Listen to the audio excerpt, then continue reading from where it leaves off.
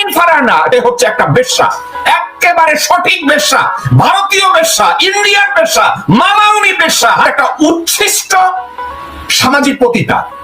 এই নডি রুমিন সে বলে ইউনূস সরকার সার্বিকভাবে ব্যর্থ, ইউনূস সরকার দেশের কোনো উন্নতি করে না এবং যে কোনো মূল্যে ইউনূসকে তাড়াতাড়ি সরাইয়া তাড়াতাড়ি একটা নির্বাচন দেওয়া হোক যাতে ওর বাবা ভারত আইসা এখানে একটা ভাগ বসাইতে পারে।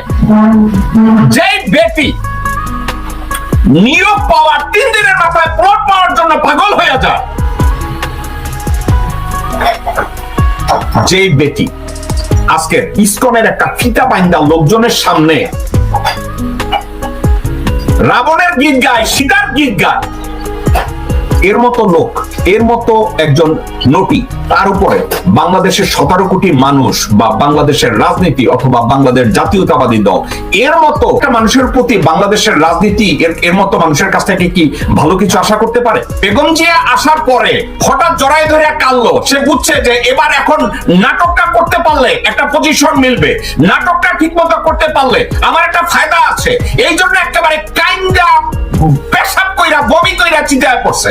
যদি তাকে বলি সে একটা ব্যক্তি হিসাবে সে জাস্ট একটা উচ্ছিষ্ট সামাজিক পতিতা, উচ্ছিষ্টা, একেবারে একেবারে একেবারে নগণ্য শ্রেণীর লো লাইফ টাইপ একটা ব্যক্তি, যে স্বার্থের জন্য খালেদা জিয়াকে জড়াইয়া ধরবে, আবার স্বার্থের জন্য খালেদা জিয়ার পিঠে একটা ছুরি বসাইয়া দিবে। এই মুহূর্তে এই বটতলার 2 পয়সার উকিল রুমিন ফারহানা সে যত কথাবার্তা বলে, তারে যদি কেউ স্ক্রিপ্ট লিখে দেয়, তাকে যদি কেউ স্ক্রিপ্ট লিখে দেয়, তাহলে ওই স্ক্রিপ্টটা সে গলাবাজি করে ডান্ডার মতো চিল্লায় চিল্লায় কইতে পারে। কিন্তু আমি একদিন যদি তাকে দেখতাম যে একটা ব্রিফিং নিয়ে একটা হিয়ারিং কেমনে করে যাদের সামনে, আমি তাহলে দেখতাম তার পরনের জাইঙ্গার রং লাল না কালা, আমি দেখে ফলাইতাম। আমি এটা দেখি নাই, কিন্তু আমার কথা হইতেছে নৈতিক ভাবে আমি জিজ্ঞাসা করি, সাবজেক্টটা নৈতিক। আপনাকে যদি বলা হয় যে আপনি আটলান্টিক পাড়ি দিতে হবে একটা নৌকায় কইরা, এখন আপনি আপনার সাথে এমন একজন মানুষকে খুঁজবেন, নিবেন যাকে আপনি 100% বিশ্বাস করেন যে আপনার প্রতি লয়াল, তাকেই আপনি আপনার সঙ্গী করবেন, কারণ আপনি আটলান্টিক পাড়ি দিবেন। আপনি কি রুমিন ফারহানার মতো লোককে বিশ্বাস করে আপনার সাথে নিবেন? রুমিন ফারহানা ইদানিং যে আওয়ামী লীগের গণতান্ত্রিক অধিকার নিয়ে গলা ফাটায়, যে এখন বিভিন্ন টক শোতে গিয়ে ইসকনের একটা ফিতা হাতে দিয়ে আঙ্গুল দোলায়,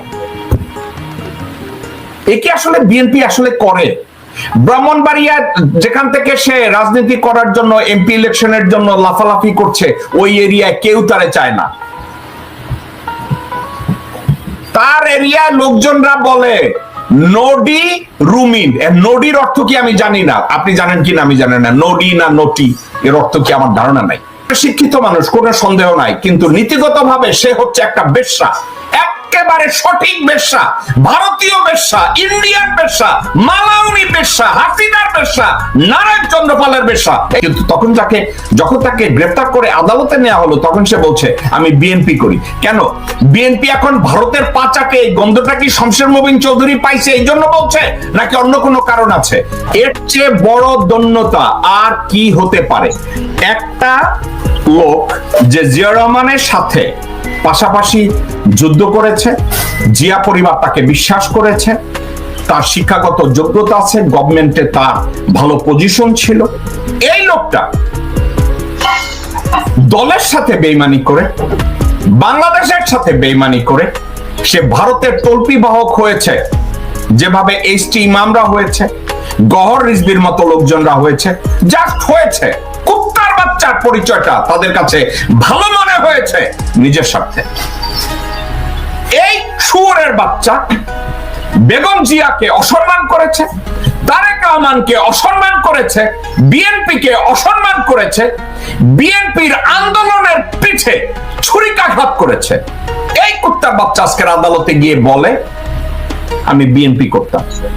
এর চেয়ে আর দন্যতা, এর চেয়ে আর হাস্যকর আর কি হতে পারে? এটা কি জানেন? টানবাজারের একজন বেশ্যা এসে বলে আমি একসময় ইমামতি করতাম। এই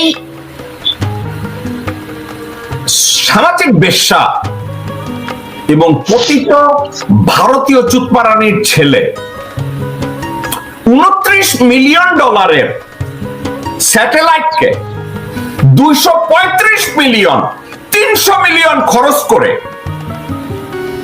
এই বালবন্ধু স্যাটেলাইট উৎক্ষেপণ করেছে, যা বাংলাদেশের রাষ্ট্রীয় কোনো কাজে লাগে নাই। যে স্যাটেলাইটের অবস্থান বর্তমানে ফিলিপিন্স বা আকাশে অক্ষাংশের এমন একটা জায়গায় দাঁড়ায় আছে, বাংলাদেশের কোন জায়গায় তা কাজে আসছে না। দর্শকবৃন্দ, এই 29-30 মিলিয়ন ডলারের স্যাটেলাইটকে 300 মিলিয়ন ডলার নিয়ে এখানে জয় নিজে ইনভেস্ট করে নাই, সালমান রহমান কোনো ইনভেস্ট করে নাই, সরকার ইনভেস্ট করেছে, কিন্তু এর মালিকানা বাংলাদেশ সরকারের না। আমি ডক্টর আসিফ নজরুল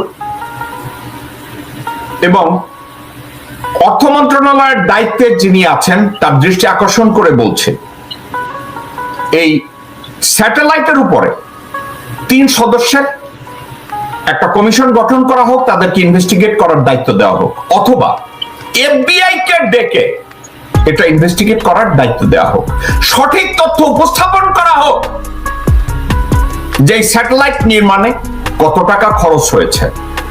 এটা বাংলাদেশের জনগণ জানতে চায়, কারণ এই টাকাটা তাদের। এবং প্রতি মাসে এর ব্যবস্থাপনার জন্য সজীব আহমেদ ওয়াজেদকে 4.1 মিলিয়ন ডলার দেওয়া হতো শুধু ব্যবস্থাপনার জন্য, মেইনটেনেন্সের জন্য, স্যাটেলাইট মেইনটেনেন্সের কাজ করা। এই শুয়োরের বাচ্চা এখন বলে স্যাটেলাইট নষ্ট হলেও সে দায়িত্ব নেবে না। আরে শুয়োরের বাচ্চা, তোরে দায়িত্ব কে দেয়? শালা নটি পোলা, তোরে দায়িত্ব দেবে কুত্তার বাচ্চা। তুই দায়িত্ব নেয়ার কে? কুত্তার বাচ্চা। তুই স্যাটেলাইটের কি জানিস? হারামজাদা শুয়োর। আমি অত্যন্ত দুঃখিত, আমি বাজে শব্দ ব্যবহার করেছি এই শুয়োরের উপরে। আপনি কি এটার উপরে কোনো মন্তব্য করবেন? জয় বলেছে সে ওটা স্যাটেলাইট নষ্ট হলেও দায়িত্ব নেবে না। ওকে দায়িত্ব নেওয়ার কথা কে বলেছে? এই শুয়োরের বাচ্চার কোন যোগ্যতা আছে? স্যাটেলাইটের উপরে লেখাপড়া করে নাই। এই শুয়োরের কোনো দায়িত্ব নাই। প্রতি মাসে 4 মিলিয়ন ডলারের উপরে নিছে এই স্যাটেলাইট মেইনটেনেন্সের জন্য, যেটা রাষ্ট্রের জন্য একটা বোঝা।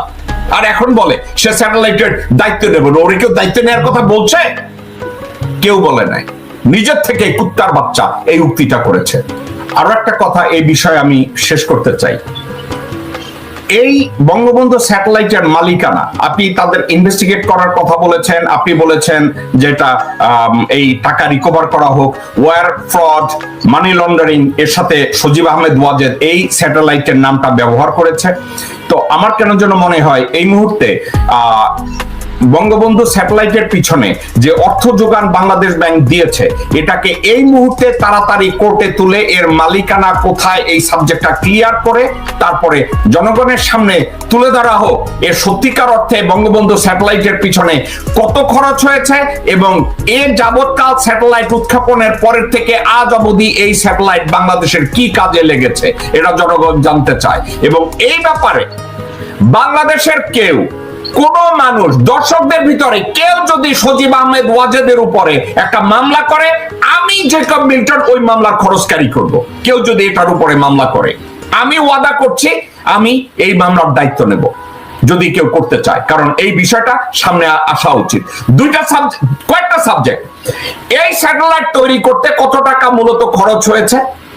এই স্যাটেলাইটের টাকা, এই যে 300 মিলিয়ন ডলারের উপরে খরচ হয়েছে, এই টাকাটা কে দিয়েছে? প্রতি মাসে মেইনটেনেন্স বাবদ 4 মিলিয়ন ডলার নিয়েছে, এই টাকাটা কে, কোথায়, তাকে কিভাবে দেওয়া হয়েছে, এর প্রত্যেকটা জিনিস সামনে আসতে হবে। এবং আরেকটা জবাবদিহি করতে হবে, বাংলাদেশ ব্যাংক, বাংলাদেশ সরকার যদি এটার অর্থায়ন করে, তাইলে এর মালিকানা কেন বাংলাদেশের জনগণ হবে না, বাংলাদেশের সরকার হবে না? আমি এটা ক্লিয়ার কাট একটা ধারণা চাচ্ছি। আমাদের বাংলাদেশের স্বাধীনতার স্থপতিদের মধ্যে কয়েকজনের নাম বলি। নবাব স্যার সলিমুল্লাহ, উনি ওনার সময়ে বাংলাকে একত্র করতে চেয়েছে, বাংলার স্বাধীনতা চেয়েছে, বাংলার জন্য অবদান রাখতে চেয়েছে, ওনাকে ইংরেজরা মেরে ফেলেছে। ওনাকে আমি শ্রদ্ধার সাথে স্মরণ করি। বাংলাদেশের সিংহ পুরুষ শেরে বাংলায় কে ফজলুল হক।